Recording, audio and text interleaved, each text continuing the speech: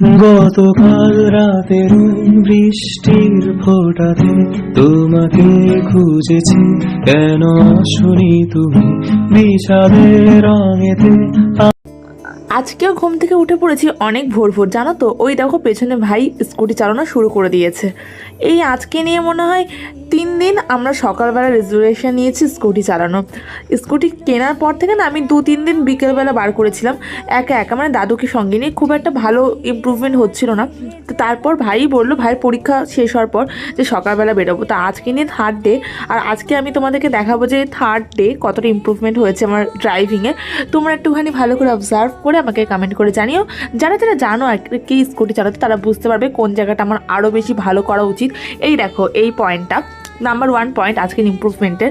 এইখানে যে মোড় ঘোরাটা না কালকে অনেক সময় লেগেছিলো, আজকে আমি এক্সেলারেটর দিয়ে ঘুরিয়েছি। আর নাম্বার 2 পয়েন্ট হচ্ছে এই যে পাশে ছেলেটা করে সাইকেল করে, ওকে সাইড কাটাতে পেরেছি, আগে সাইড কাটাতে পারতাম না। আর নাম্বার 3 পয়েন্ট, এইখানে একটা মোড় আছে, এটাও আমি আজকে এক্সেলারেটর দিয়ে ঘুরিয়ে খুব কম সময়ের মধ্যে ঘোরাতে পেরেছি। আমি বলছিলাম না যে কম সময় ঘোরাতে হবে, কারণ পেছন থেকে তো গাড়ি ঘোড়া অনেক কিছু আসতেই পারে। আরও একটা হচ্ছে সাইকেল গেল পাশ থেকে, দেখলে এই সময় ওটাকেও সাইড কাটাতে পেরেছি। আর এই যে ব্যাক ঘোরা না, এই যে এরকম মোড় ব্যাক ঘোরা, এইখানে একটুখানি ভয় লাগে, তো ওইটা একটু কাটাতে হবে। আরও টুকিটাকি জিনিস আছে যেগুলো হয়তো আরও বেশি চালাতে চালাতে হাতটা বসবে। কবে বলো তো আমি পুরোপুরি কনফিডেন্সের সাথে ভিড় আসতে চালাতে পারবো? আমি তো ওখানে সেই দিনটা ওয়েট করছি। আর জানো তো রাত্রিবেলা ঘুমাতে ঘুমাতে এমনিই না আমার 2টো বেজে যায়, তার উপর আবার ভোর 5টায় ঘুম থেকে উঠছি। তো সারাটা দিন আমার এত ল্যাদে কাটছে, মানে যতই ঘুমাই ঘুমাই রেশ আর কাটছে না। এই জন্য না আমি সকালবেলায় কোথাও বেরোতেও পারছি না, কারণ কোথাও বাইরে বেরোলে খালি ঘুম পাই। ভাগ্যিস কলেজটা নেই, ন্যাকের জন্য কলেজ কয়েকদিন ক্লাস অফ আছে। ও আর একটা ইমপ্রুভমেন্ট আজকে দেখো, আমাদের এই বাড়ির যে রাস্তাটা একদম সরু, দুপাশে গাছ আছে, সেই বিপজ্জনক রাস্তায় আমি একা আজকে স্কুটি নিয়ে ঢুকেছি। মানে এখানটায় ভাই ঢোকে, ভাই গাড়ি বাড়ি অবধি নিয়ে যায়, বাট আজকে আমি ওকে বললো যে না আমি নিয়ে যাই। দেখো পুরোটাই নিয়ে গেছি, খালি আমাদের বাড়ি ওঠার ওই জায়গাটা না ঢালু, ওইখানটা নিয়ে যেতে পারিনি। দেখি কালকে নিয়ে যেতে পারি কি না। আর বাড়িতে চলে এসে আমি স্নান করে ফ্রেশ হয়ে নিয়েছি। অনেকক্ষণ সময় হয়ে গেছে, এখন 7:30 পৌনে 8টা মতো বাজে। আর মাও হচ্ছে কিছু কাজ ছিল, মা সেগুলো এখন করছে, কারণ আজকে আমরা যাব নিমন্ত্রণ খেতে দত্তপুকুরে। তোমাদেরকে দেখাই চলো যে আজকে কি পরে যাব। ও তার আগে হচ্ছে আমার ভাই যেতে পারবে না নিমন্ত্রণ বাড়ি, কারণ আজকে হচ্ছে লাস্ট এক্সাম, ও বেঁচে যাবে আজকে ওর প্র্যাকটিক্যাল এক্সাম আছে জিওলজির, লাস্ট আজকেই। আর আমি কি পরবো এখন বার করছি, তো বার করে এখন ফাইনাল করলাম এই জিন্সটা। আমি তো তোমাদের বলেছি যে এই জিন্সটা আমার ভীষণ ভীষণ ফেভারিট। সো আমি লাস্ট টাইম তোমরা যতগুলো ভিডিও দেখেছো কোথাও যাওয়ার বা মেকআপ গেট রেডি, এই জিন্সটাই ক্যারি করছি যদি আমি জিন্স পরে থাকি তো। আর তার সাথে আমি নিচ্ছি হচ্ছে এই স্কাই ব্লু কালার একটা ইনার, অ্যান্ড দেন হচ্ছে পিঙ্ক কালার একটা শার্ট।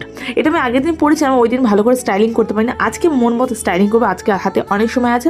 আর মায়ের আলমারি খুলেছি, কারণ মায়ের জামাটাও বার করবো। মা হচ্ছে স্নানে গেছে, মায়ের জন্য এই কুর্তিটা বার করেছি, এটা নতুন স্টাইল বাজার থেকে কেনা হয়েছিল। আমি লাস্ট একটা স্টাইল বাজারে শপিং ভিডিও করেছিলাম না, তখন নেওয়া। দেখো এখনও হচ্ছে এটার ট্যাগ ওঠানো হয়নি, আর কালার কম্বিনেশনটা ভীষণ সুন্দর কিন্তু। আর মার জন্য হচ্ছে জুয়েলারিও বার করে নিয়েছি, কারণ মা না কোথাও বেরোনোর সময় 1 ঘন্টা আগে, 1 দিন আগে থেকে বলে রাখে বার করে দে। আর মা হচ্ছে খুব একটা এই গয়নাঘাটি ঢোকানো বার করানো, মানে আলমারিতে রাখা নামানো সব আমিই করি। আর মাকে আমি বলছিলাম যে যা যা আছে লকারে সব পরে চলে যাও, তা মা বললো না ট্রেনে যাবো এত দূর, আমার পড়তে ভীষণ ভয় লাগছে। তাহলে ভাবো মানুষ টাকা দিয়ে কেন অত সোনার গয়না কিনবে যদি মন খুলে কোথাও পরে না বেড়াতে যেতে পারে। এই জন্য আমি সোনার গয়না একদম পছন্দ করি না, কি ঠিক তো বলো? আর মা স্নান করে চলে এসেছে, এখন মা পুজো দিতে বসেছে, আর আমি হব রেডি। আমি পরে নিয়েছি, কেমন লাগছে বলো? ফ্রন্ট ক্যামেরাতে না কালারটা একটু লাইট লাগছে, আদারওয়াইজ শার্টের কালারটা ভীষণ ব্রাইট, একদম ম্যাজেন্টা যে পিঙ্ক না ওরকম কিন্তু। আর এখন আমি মেকআপ করতে বসেছি। আমার ফোরহেডে না এত অ্যাকনি হচ্ছে, অ্যাকনি মার্ক থেকে আছে, আগে লোকের হতো দেখতাম, এখন নিজের হচ্ছে, কি যে খারাপ লাগছে। সবাই আমাকে বলে কি তুই এত যত্ন নিস তো স্কিনের, এই জন্য এরকম হয়। সত্যিই হয়তো তাই। আর বাইরে বেরোবো, ভর্তি করে সানস্ক্রিন মেখেছি, সিরাম মেখেছি, প্রাইমারও মেখে নিয়েছি, কারণ আমার কি বলতো প্রচণ্ড বেশি ড্রাই স্কিন, তো তার মধ্যে চশমা পরি, নাকের দুপাশে না মেকআপ একটু একটু করে প্যাচি হতে থাকে, তো ওই জন্য খুব ভালো করে একটা ফিনিশিংয়ের দরকার আছে। আর আমি ভীষণ তাড়াতাড়ি হাত চালাচ্ছি, কারণ এই ড্রেসটা পরে আমার একটাও ভালো ছবি তোলা নেই, ভিডিও করা নেই। আমি তোমাদের আগেও হয়তো বলেছিলাম বেশ কয়েক বছর আগে নতুন ড্রেস পরলে মনে হতো যে একটা ভালো ছবি না তুললে হচ্ছেই না, কিন্তু এখন আর তা মনে হয় না। এখন ভালো একটা ড্রেস পরলে আগে মনে হয় কখন গেট রেডি ভিডিও বানাবো, কখন একটা ভালো রিলস বানাতে পারবো। তা এইগুলো যতক্ষণ না হয় ততক্ষণ স্যাটিসফ্যাকশন পাই না। ওই কারণে তাড়াতাড়ি রেডি হওয়া। আর দূরে যাবো তো, এই গোবরডাঙ্গা হাবড়া হলে ব্যাপার ছিল না, দত্তপুকুর যাবো। সো ওই কারণে আমি আর তাড়াতাড়ি হাত চালিয়ে রেডি হচ্ছে, যাতে আমার জন্য মা না বলতে পারে যে তোর জন্য লেট হয়ে আছে। সোনার কানেরটা খুলে নিয়েছি আর আজকে আমি এই কানের দুলটা পরছি। কেমন লাগছে বলো তো? খুব কি বড় লাগছে? আর গলায় না নেক পিসটা পরলাম না, ভালো লাগবে না, ওয়েস্টার্ন তো। আর ইভেলার ফিঙ্গারিংটা কি ভালো লাগে বলো, আমি মেলা থেকে কিনেছিলাম, ভীষণ ভালো লাগে। কিন্তু ব্রেসলেটটা পরে নিয়েছি আর ওয়াচটা পরে নিয়েছি, তোমাদের ফাইনাল লুক দেখাবো। তার আগে গ্লাসটা চেঞ্জ করে নিই।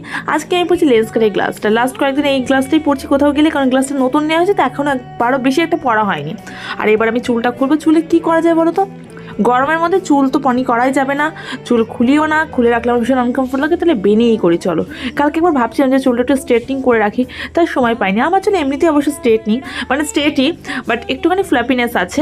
আর আমি না কালকে চুলের আগাটা ট্রিম করেছি, এই জন্য চুলটা ভালো শেপ লাগছে না। দেখো লক্সটাও কিন্তু সামনে কাট করেছি। তোমরা সবাই কমেন্ট করো যে দিদি লক্স কাটো, লক্সটা বড্ড বেশি অগোছলো লাগছে, তাই কেটেছি। আর চুল আমি এখন বেনি করে দিচ্ছি। এবার তোমাদের একটু সিনেমাটিক শট দেখে আমাদের ফাইনাল রেডি হওয়ার।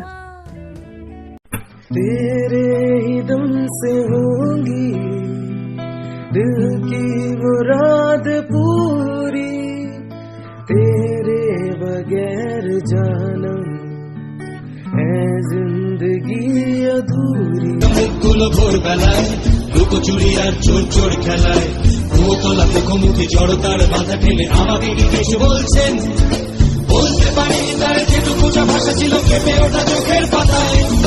তারপর ভোরবেলা রোদ্দুরে ঘুরে ঘুরে না মার মাথা ঘুরে গেছে। আমি বলছি তুমি এসে আগে ঠান্ডা হাওয়ায় বসো, না হলে যেতে পারবে না অতটা ট্রাভেল করে। তো এখন আমি ভাত খেতে বসেছি। সেই ভোর 5টায় উঠেছি, তো আমার প্রচণ্ড খিদে পেয়ে গেছে। নাহলে না আমি সকালবেলা এত তাড়াতাড়ি ভাত খেতেই পারতাম না অন্য দিন হলে। এখন যেহেতু সকালবেলা উঠি, আমার এত খিদে পেয়েছে, আমি মাকে বলছি যে আগে আমাকে ভাত খাইয়ে দাও। আর আজকের ওভারঅল ভিডিওটা তোমাদের কাছে কেমন লাগলো কমেন্টের মাধ্যমে মতামত জানাতে একদম ভুলো না। আর আমার যে সকল বন্ধুরা নতুন নতুন ভিডিও বানাচ্ছ তারা আমাকে মেসেজ করতে পারো। চলো আজকের মতো টাটা, আর পরবর্তী ভিডিও খুব তাড়াতাড়ি আসছে। আমরা রেডি হয়ে গেছি, অনেক আগে রেডি হয়েছি। এখনো কটা বাজে ঘুরিতে? 10টা 10, আমাদের ট্রেন হচ্ছে 11টায়। আমি কেন বলতো এত তাড়াতাড়ি রেডি হয়েছি, যাতে আমি মন ভরে ছবি তুলতে, ভিডিও করতে আর রিলস করতে পারি। আর মাকে রেডি করে দিয়েছি। এই যে মায়ের লুকটা, মায়ের এই কুর্তিটা হচ্ছে আমি স্টাইল বাজার থেকে কিনেছিলাম, তোমাদের দেখিয়েছি। তোমরা কারা কারা ভিডিওটা দেখেছো জানি না, কেমন লাগে লুকটা বলো আমার সাথে একটু। আর এই যে স্মার্ট ওয়াচ সব কিছু পরি টরি দিয়েছি। তো এখন কিছুক্ষণ ল্যাব খাবো, তারপর বেরোবো। চলো ততক্ষণ বাই, একবার স্টেশনে গিয়ে দেখা হচ্ছে।